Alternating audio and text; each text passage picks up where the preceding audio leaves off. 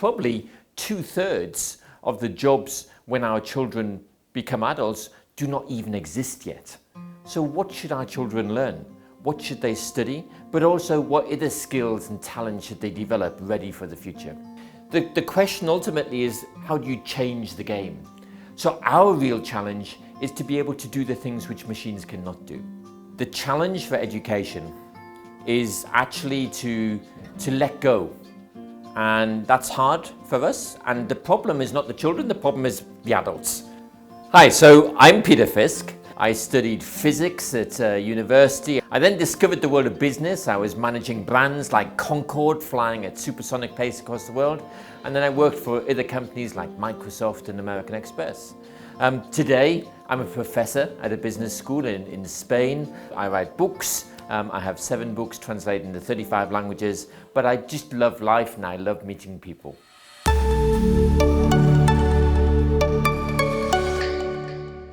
I'm in Korea because of the brunch seminar. So it's really all about saying, what is the future for our children?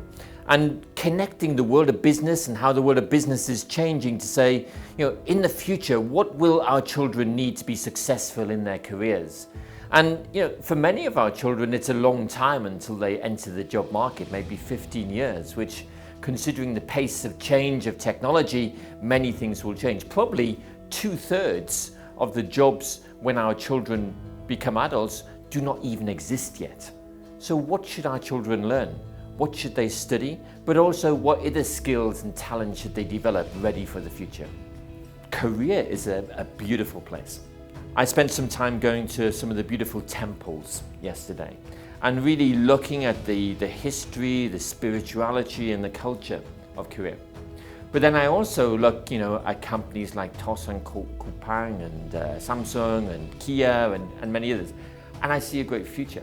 It's about this combination of the past and the future.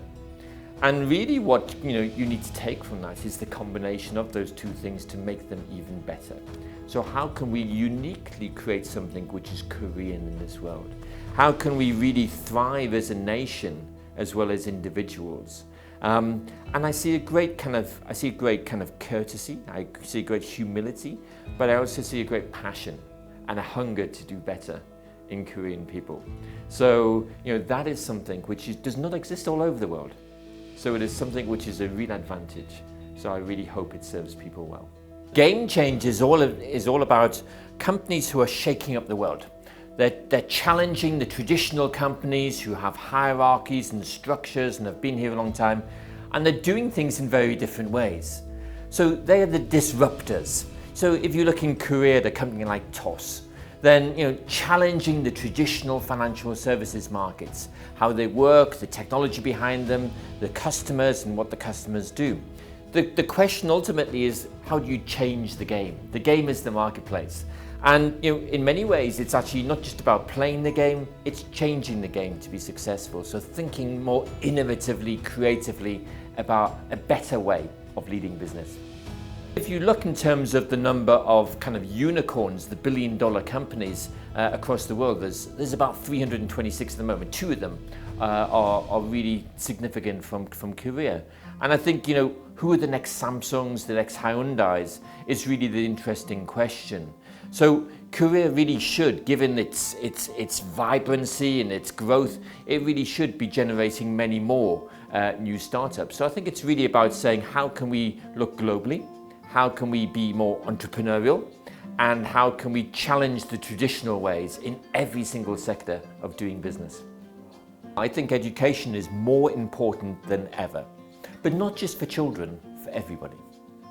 And so our big challenge is to learn and to keep learning throughout our lives. And not just to learn the things which we've learned in the past. So yes, we still need to have the fundamentals of mathematics and science and that kind of stuff. But increasingly, machines, be it robotics or artificial intelligence, can do many of the traditional things which human beings have done. So our real challenge is to be able to do the things which machines cannot do. So therefore, we need to be more human. So in a world of technology, it's actually humanity which moves us forwards. Machines will be incredibly good. Artificial intelligence is designed to be efficient, to optimize the current ways of doing things. But we need to break the current ways of doing things to move forwards, to achieve progress. And that's where you get human ingenuity.